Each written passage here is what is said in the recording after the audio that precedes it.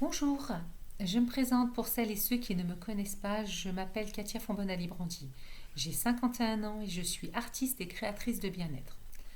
Mon métier, je l'ai créé à partir de mes expériences de vie, de mes passions de l'art, du spectacle vivant et de mes capacités naturelles que j'ai reçues en don à la naissance. Cependant, par manque de confiance en moi et d'écoute de mes intuitions, je me suis éloignée de mon chemin de vie. Je suis aujourd'hui l'auteur de trois livres et un oracle. Pour la lecture que je vais vous faire aujourd'hui de chapitre 13 de mon premier livre Entre ici et là où es-tu, le voici. J'ai été inspirée par une déclaration dans les tons de bleu et jaune. Mon récit s'inscrit dans le cadre des conférences que j'anime en séance sur le thème Ouvrir son chakra de la gorge pour libérer son émotionnel, qui est donc le chakra de la gorge et de la couleur bleue. Mais le bleu est aussi le chakra du troisième œil. Mon livre, je l'ai écrit parce que ce que j'ai vécu, je ne le souhaite à personne. Même si mon âme a choisi ces expériences de vie, j'aurais dû me faire confiance et prêter une attention particulière à mes symptômes qui étaient déclenchés par un environnement toxique et en souffrance, qui m'affligeait leur violence et maltraitance sans se rendre compte des conséquences. Malheureusement, c'est le monde dans lequel nous vivons. Peu de personnes ont le courage et la force d'affronter leurs peurs et de se confronter au monde des ténèbres et des nuits noires de l'âme pour guérir ces blessures. Je laisserai en fond d'écran le décor que j'ai créé, qui représente trois tableaux qui m'ont permis de créer trois arcanes majeurs dans mon oracle Jeu d'étoiles de l'âme intuitive. Donc vous avez le tableau en jaune et bleu qui est mon autre, le tableau qui est au milieu, qui est au centre, qui s'appelle le tourbillon de l'océan, et le tableau qui s'appelle la Via Aqua Marina, qui est le tableau en deux compositions. J'espère que mon décor vous plaira. Voilà, donc j'ai vraiment aussi à cœur donc qu'on ne me voit pas tout le temps à l'écran et que vous vous concentriez aussi sur le décor pour aussi vous aider à libérer aussi ces trois chakras qui des fois parfois peuvent être bloqués et qui déséquilibrent le corps.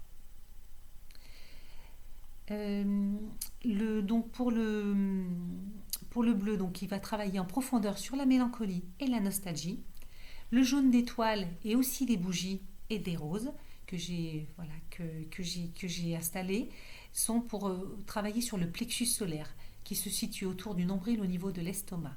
C'est aussi le centre nerveux qui relie les organes comme la rate, le foie, les intestins et le pancréas. On l'appelle aussi le centre des émotions. Voilà, donc je vais vous présenter le décor et je vais le laisser en fond d'écran.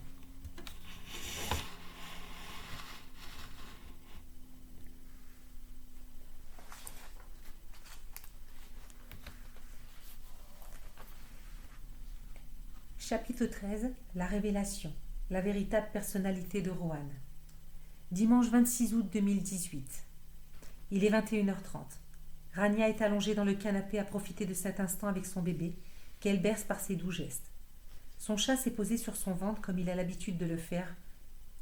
Rohan, lui, déambule dans la maison. Parfois, il s'assied sur le canapé et quelques minutes plus tard, il se relève et marche.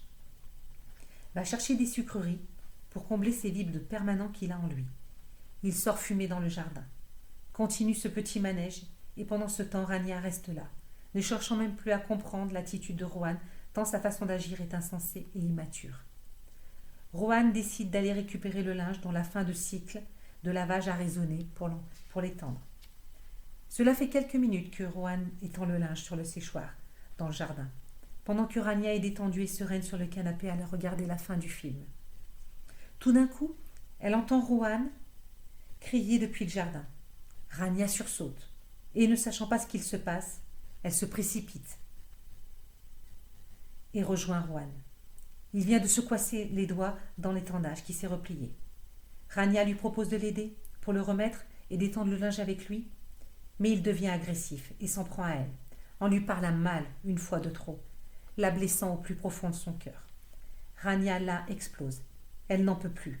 Elle a passé son temps à expliquer à Rohan la souffrance qu'il lui a infligée depuis bientôt 12 ans, que ce n'était pas ça l'amour auquel elle avait aspiré quand elle l'avait rencontré, qu'elle lui avait dit maintes et maintes fois qu'il lui avait offert une vie de merde et qu'elle n'en voulait plus. Elle n'en pouvait plus, que c'était trop. Rania se positionne devant Rohan en frontal et lui demande comment il ose se plaindre de s'être coincé les doigts dans l'étendage alors qu'elle a un bébé dans son ventre, son enfant, et que parce que monsieur l'a décidé, elle va devoir y renoncer pour répondre encore à l'un de ses nombreux caprices, et faire ce qu'il a dit comme il décidait pour elle, pour eux, depuis si longtemps. Rania refuse de s'occuper de lui un jour de plus, de le porter et de le soutenir, de le réconforter alors qu'il n'a pas été là à ses côtés, aussi loin qu'elle s'en souvienne. Il ne l'avait jamais épaulé. Qu'au moindre problème il prenait la fuite, alors elle avait tout accepté, tout assumé par amour pour lui depuis si longtemps. Rania a dû se rendre seule au rendez-vous chez les médecins, en vue de l'avortement. Rohan a été odieux et s'est montré extrêmement méchant tout au long de cette semaine.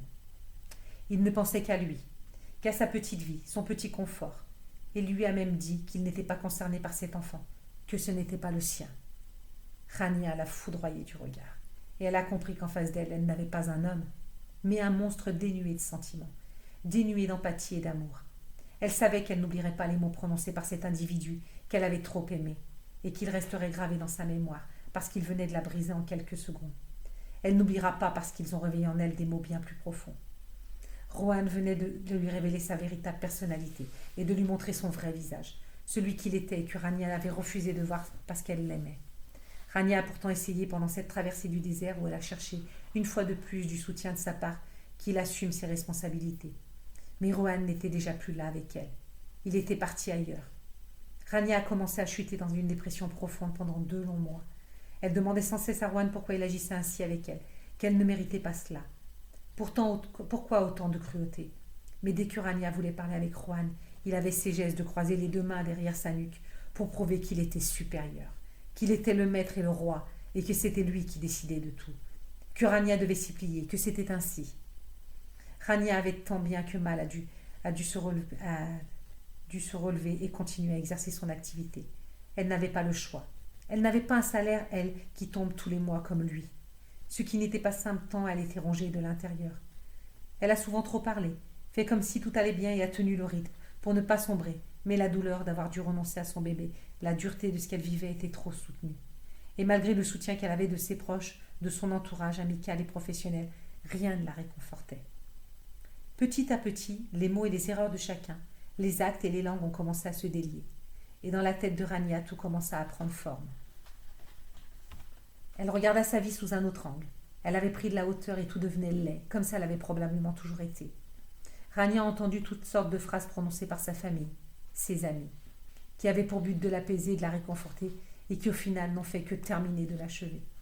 Ne te rabaisse pas à ça. Heureusement que tu n'as pas eu ce gamin avec ce gnome. Allez, mais arrête de pleurer et avance. Oh, tu nous saoules, mais avance. Il fait chier Rohan avec ses conneries. Et nos soirées entre potes, t'y as pensé? Passe à autre chose.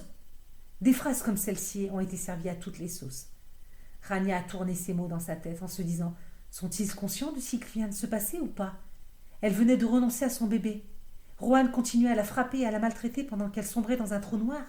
Et ces femmes qui prononçaient ces mots étaient les mêmes qui avaient osé coucher avec l'homme dont elle partageait la vie, dans sa maison, sans aucun scrupule, comme si tout était normal. Mais dans quel film d'horreur Rania se trouvait-elle? Oh non, ce n'était pas un film. C'était sa vie qui partait en miettes. Ce qu'elle vivait là était la réalité, et personne ne voulait l'entendre, se plaindre de ce qu'elle traversait seule. Son cerveau tourbillonnait et souffrait. Personne ne comprenait ce qu'elle vivait. Dans quelle mauvaise série elle vivotait? L'école de la vie? L'école de la souffrance? Et personne pour la soutenir et la comprendre? Elle voulait crier. « Mais vous entendez ce que je vous dis ?» Oh oui, ils entendaient. Mais ça les dérangeait dans leur petite vie. Ils étaient dénués d'empathie, de bienveillance, d'amour pour elle. Ils ne comprenaient pas. Étaient-ils tous aveugles? De quelle planète venaient-ils pour ne pas comprendre ce qu'elle essayait désespérément de leur dire? Rania et Rohan ne partageaient plus la même chambre. Elle avait constaté que Rohan découchait 1 fois par semaine en prétextant un déplacement alors qu'il n'en faisait pas auparavant. Et très régulièrement, les samedis après-midi, depuis plusieurs mois, il s'absentait. Comme tous les deux étaient séparés depuis fin août, qu'ils ne faisaient plus que cohabiter sous le même toit, ils ne partageaient désormais plus rien ensemble. Cette situation la blessait, mais plus parce qu'elle se sentit humiliée, trahie, abandonnée, rejetée, et qu'elle trouvait cela injuste.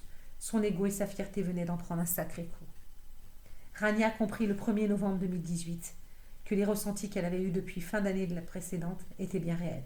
Rohan faisait sa vie ailleurs, depuis un bon moment, et il reproduisait à l'identique le schéma qu'il avait fait avec elle 12 ans auparavant, quand il avait commencé leur histoire. Tout était similaire, au jour près. Il était prévisible. Elle pensait qu'elle se retrouvait à la place de son ex-femme. Il lui avait raconté qu'elle avait été enceinte, mais que l'enfant n'avait pas survécu, qu'elle avait fait une fausse couche. Était-ce la réalité? Était-ce sa réalité? Puisque sa réalité était basée sur des mensonges répétés. Quand l'évidence a commencé à prendre forme, et que Rania a ouvert les yeux progressivement, entre le brouillard et l'illusion, que la vérité est apparue, et qu'elle se l'est prise de plein fouet, elle qui n'était pas préparée, sa première réaction a été une grande colère qui l'a submergée. Rania a hurlé, a dévoilé à tout le monde la véritable nature de Rohan dans l'intimité et de ce qu'elle traversait. Elle a perdu pied, elle en parlait à presque toutes les personnes qu'elle croisait. Elle ne savait plus où elle en était. Les mots se sont écoulés et à part les aveux de Rania, des choses se sont révélées. Rania ne pouvait pas agir autrement. C'était plus fort qu'elle. C'était comme si elle était poussée par une force invisible qui l'incitait à mettre à nu les vérités, toutes les vérités. Plus rien n'arrêterait Rania désormais. Elle avait été bernée, tout était là. Elle avait clos sa vue. C'était comme si elle s'était elle-même piquée au fuseau et s'était plongée dans un sommeil. Comme si elle avait été intoxiquée. Probablement que ça l'avait été. De quoi avait-elle été capable? De quoi avait été capable Rohan après ce qu'il venait de lui infliger? Pourquoi ça lui arrivait à elle? Pourquoi elle, qui avait déjà tant vécu de choses par le passé, pourquoi le destin s'acharnait-il? Elle avait supporté l'inacceptable et avait rêvé sa vie en se trompant de hier. Elle s'était créé un univers à elle, un monde parfait où tout était lumière, joie de vivre et bonheur. Mais la réalité était tout autre. Elle avait accepté des amours conditionnés sans s'en rendre compte, tout au long de son existence, et c'était elle qui avait entretenu ces liens nuisibles à son équilibre. Elle était elle-même responsable. Elle tournait en rond comme la souris dans sa cage et ne trouvait pas la sortie. Tout était branlant, rien ne tenait debout. Tout ne tenait qu'à un fil grâce à elle. Elle s'était mise au service de l'humanité sans protection, avec son cœur grand ouvert. Elle avait autorisé cela comme un grand nombre de femmes de s'aligner et sa grand-mère Jana l'avait fait jadis.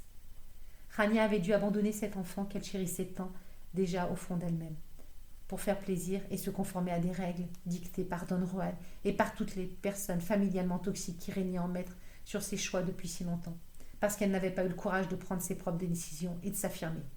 Elle était encore cette petite fille à qui on disait « fais ci, fais ça et ne bronche pas ». Et ils avaient exagéré, parce qu'ils étaient tous des gens vides, assoiffés de faire du mal parce qu'ils rampaient dans l'obscurité de leur souffrance dont ils n'avaient jamais voulu se faire soigner. Elle n'avait pas osé se manifester par peur de décevoir, obéissante qui fait bien tout ce qu'on lui demande de faire sans piper mot. Cette fillette qui ne s'aime pas suffisamment et qui fait passer les autres avant elle. Rania en voulait à tout le monde, mais plus que tout, elle s'en voulait à elle-même, d'avoir cru que ceux qui l'entouraient l'aimaient. Elle avait grandi dans le mensonge et la fausseté. Voilà, la lecture du chapitre 13 s'achève. J'espère qu'elle vous a plu. Je vous remercie de m'avoir écouté. Je souhaite que ma lecture éveille les consciences. Pour ma part, aujourd'hui, je vis avec l'amertume d'avoir sacrifié mon enfant dû à une pression psychologique, familiale et médicale. Mais le plus douloureux est de savoir que mon enfant vit quelque part auprès d'une famille qui n'est pas la sienne et qu'un jour ou l'autre, il rejettera ses parents de substitution parce qu'il ne peut en être autrement. Je garde la foi et c'est ce qui m'a aidée. Demain, vendredi 25 novembre 2022, c'est la journée internationale de lutte contre les violences faites aux femmes. À cette occasion, mon livre « Entre ici et là où es-tu » sera vendu au tarif exceptionnel de 11 € au lieu de 18 €. L'objectif de ma démarche est de donner une chance à chaque femme d'en finir avec ses maux et de reprendre sa vie en main malgré les traumatismes du passé. Je ne sais pas où vous êtes aujourd'hui, dans quel coin de France. En tout cas, ici, à Dessines, le soleil brille et il est magnifique. Donc, je vous envoie à toutes et à tous de douces pensées pour cette fin de journée. Je vous embrasse et merci pour votre fidélité. À bientôt.